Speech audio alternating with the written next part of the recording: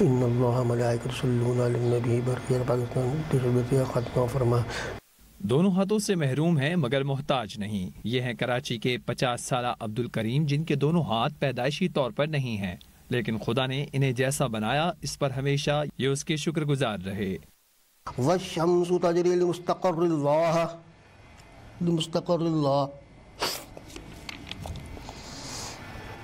ذالک تقدیر العزیز العلیم. منہ دھونا ہو، شیو کرنی ہو، سوئچ آن کرنا ہو، کھانا کھانا ہو، کپڑوں پر استری کرنی ہو یا موبائل پر بات، عبد الکریم اپنے پیروں سے ہر وہ کام کرتے ہیں جو ہاتھ رکھنے والا انسان کر سکتا ہے.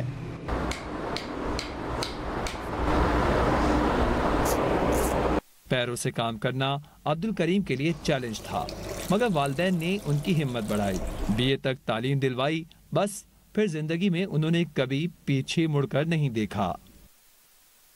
مختلف لوگوں نے مختلف باتیں کی والدہ سے کہ بڑا ہو کے کیا کرے گا، کچھ نہیں کر پائے گا، اس کو آپ ختم کر دو. میرے ہاتھ میں کپ پکڑاتے تھے، میں کپ پکڑتا تھا، کبھی ایسے کرتا تھا، کبھی ایسے گر جاتا تھا. کہ تو کوئی بات نہیں، گر گیا، ٹھنڈی چائے دو اس کو، کوئی بات اس پہ گرے گی نا، کوئی مسئلہ نہیں ہے. اس نے مجھے اس طرح انہوں نے مجھے پیر سے والدہ والد نے کام کرنے کی پریکٹس کروائی. جب میں عبد الکریم محنت سے ترقی کی منزلیں طے کرتے رہے. آج یہ سندھ بلڈنگ کنٹرول اتھارٹی میں 18 گریڈ کے افسر ہیں.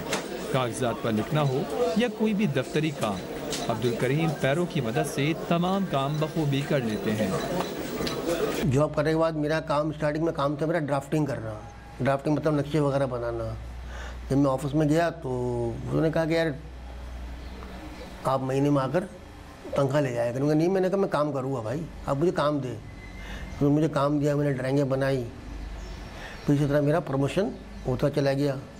عبد الکریم کہتے ہیں کہ انسان منفی سوچنا چھوڑ دے اور اپنی قابلیت اور صلاحیت پر بھروسہ کرے تو کوئی بھی جسمانی کمی اسے آگے بڑھنے، باعزت روزگار کمانے اور ترقی کرنے سے نہیں روک سکتی.